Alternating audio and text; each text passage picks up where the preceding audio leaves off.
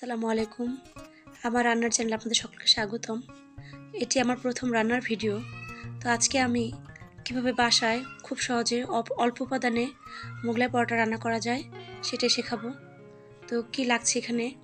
প্রথমে লাগছে ময়দা, এই বাটিতে 2 বাটি, এবং লবণ, পানি, তেল, বেকিং পাউডার, ডিম ও কাঁচামরিচ এবং পেঁয়াজ কুচি। তো এখানে এই বাটি সমপরিমাণ 2 বাটি ময়দা আমি বলে ঢেলে নিয়েছি।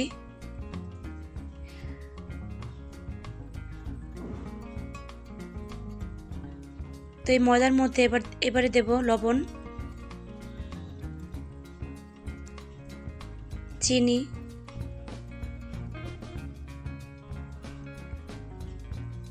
এবং বেকিং পাউডার।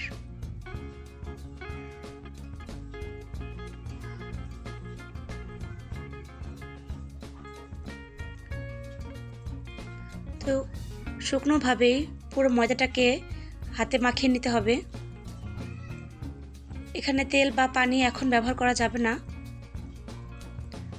তো ময়দার সাথে সকল উপাদান একসাথে মিশ্রিত করার পর এখানে 2 চামচের মতো তেল ব্যবহার করব।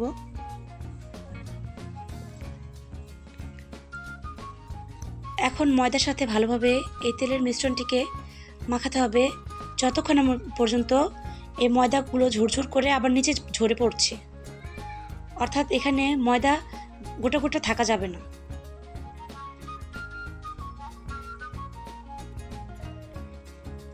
এখন আমি দেখিয়ে দিচ্ছি ময়দাটা কেমন হবে। এই যে এরকম। তো এবারে পানি ব্যবহার করব। একটি ডো তৈরি করবার জন্য যতটুকু পানির প্রয়োজন ততটুকু নিতে হবে। এখানে যে ডোটি শক্ত হবে না এবং খুব নরমও হবে না।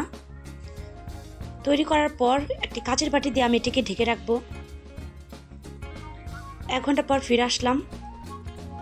এখন মোগলাই পরোটা তৈরি করবার জন্যে মূল উপকরণের লাগছে ডিম। এখানে 2টো ডিম নিয়েছি। আপনারা যখন মোগলাই পরোটার পরিমাণে বেশি বানাবেন তখন বেশি করে ময়দা এবং ডিমটাকে ব্যবহার করবেন। তো আমি এখানে 4 জনের পরিমাপে নিয়েছি ময়দা, এবং 4 জনের পরিমাপে এখানে 2টো ডিম নিয়েছি, যাতে করে 4টা মোগলাই পরোটা হয়ে যায়। তো ডিমের সাথে লবণ, পেঁয়াজ কুচি, কাঁচামরিচ কুচি সব একসাথে একটি চামচ দিয়ে নেড়ে নিচ্ছি। তো ভালোভাবে ডিমটিকে ফেটিয়ে নেওয়ার পর এখন আমরা রুটি বানাবো। তো রুটি তৈরি করবার সময় এখানে ময়দা ব্যবহার করেছি। অনেকে আপনারা চাইলে তেল ব্যবহার করতে পারেন।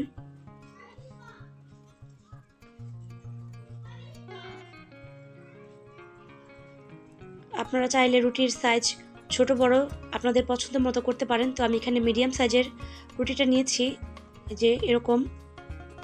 এবারে এখন আমাদের লাগছে একটি প্লেট। তো প্লেটটির মাঝখানে একটু গর্ত মতো হবে,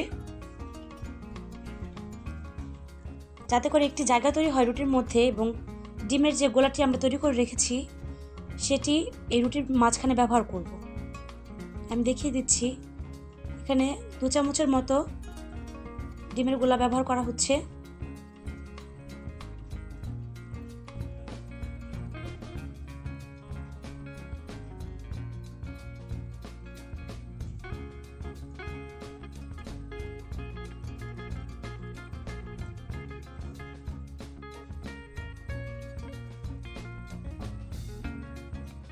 আমি ছোট চামচের 4 চামচ ব্যবহার করেছি। আপনারা বড় চামচের 2 চামচ ব্যবহার করলে যথেষ্ট।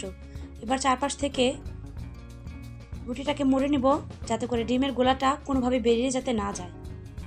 এভাবে আমি মুড়ে নিয়েছি। আপনারা এরকমভাবে মুড়ে নেবেন।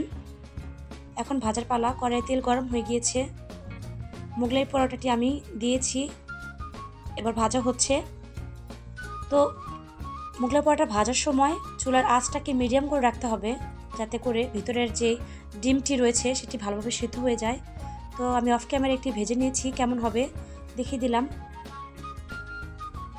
তো আমার 4টা মোগলাই পরোটা ভাজা হয়ে গিয়েছে। এখন আপনাদেরকে দেখাচ্ছি এটা টেক্সচারটা কেমন এসেছে।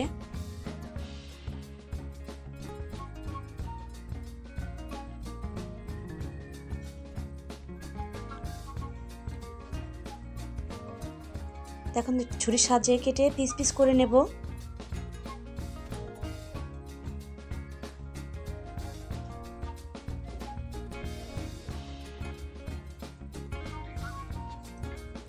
তো মোগলাই পরোটাগুলো আমার কাটা হয়ে গিয়েছে।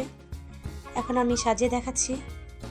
এই মোগলাই পরোটাটি আপনারা টমেটো সস, এরপরে চিলি সস, অনেকে পছন্দ করেন কাসুন্দি, চাইলে কাসুন্দি দিয়েও খেতে পারেন, এবং শসা কুচি, টমেটো কুচি বা যে কোনো একটি স্যালাদের সাথে পরিবেশন করতে পারেন।